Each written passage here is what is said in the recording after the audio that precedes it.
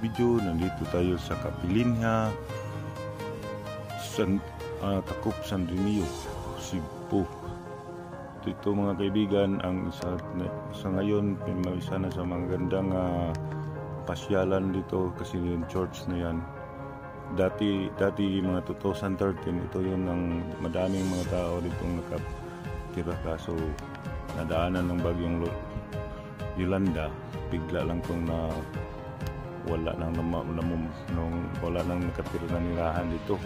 Sa ngayon mga kaibigan, unti-unti nang bumalik ang mga bahay dito sa gilid ng Kapilinha Hills.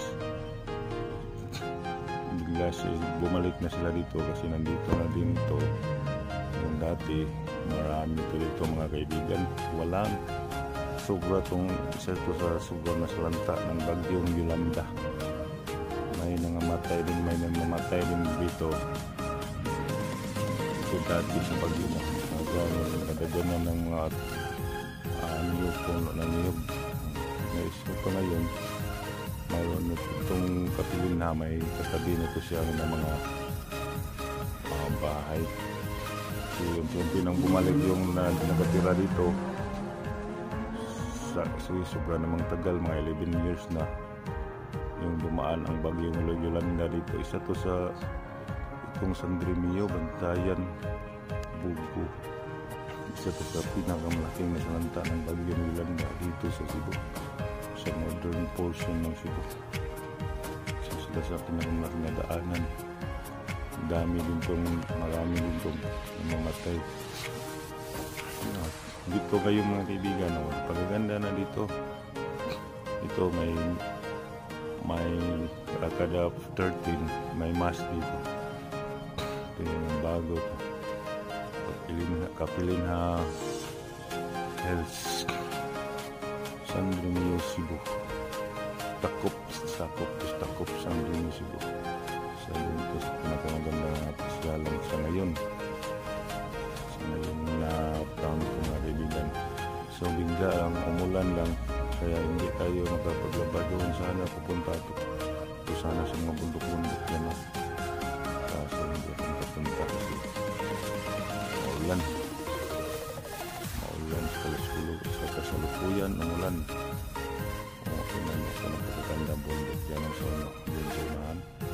Ito nasa gitna ito ng bundok mga kaibigan. Bundok yung nakalagay itong hills nito, Kapilinha.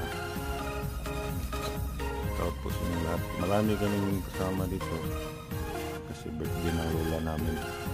Nag-94 na yung lola ko ngayong araw na to.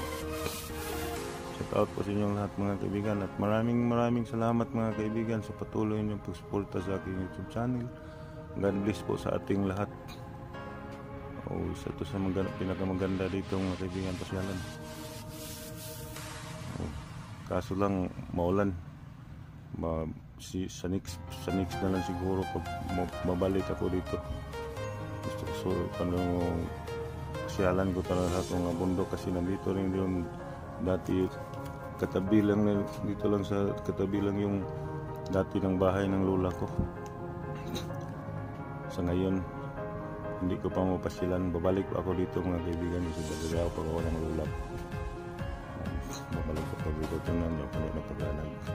Napakaganda talaga, bundok yung doon sa unahan, bundok po, dito na siya, nasa gitna to ng taluktok to ng bundok. Ang ganda mga kaibigan. 5 minutes na to muna ang video na to mga kaibigan. Update ko lang kayo sa susunod po. Babalikan po ito na detalye, mas detalyado na po yung may mga bundok. Puntahan ko yung mga bundok na yan kasi nature lover ako kaya doon ako sa mga bundok. Ang ganda napakaganda ito na siya. Ito yung iniwan ni Yolanda. At hanggang dito lang mga kaibigan, maraming salamat po sa inyong suporta. God bless po sa ating lahat.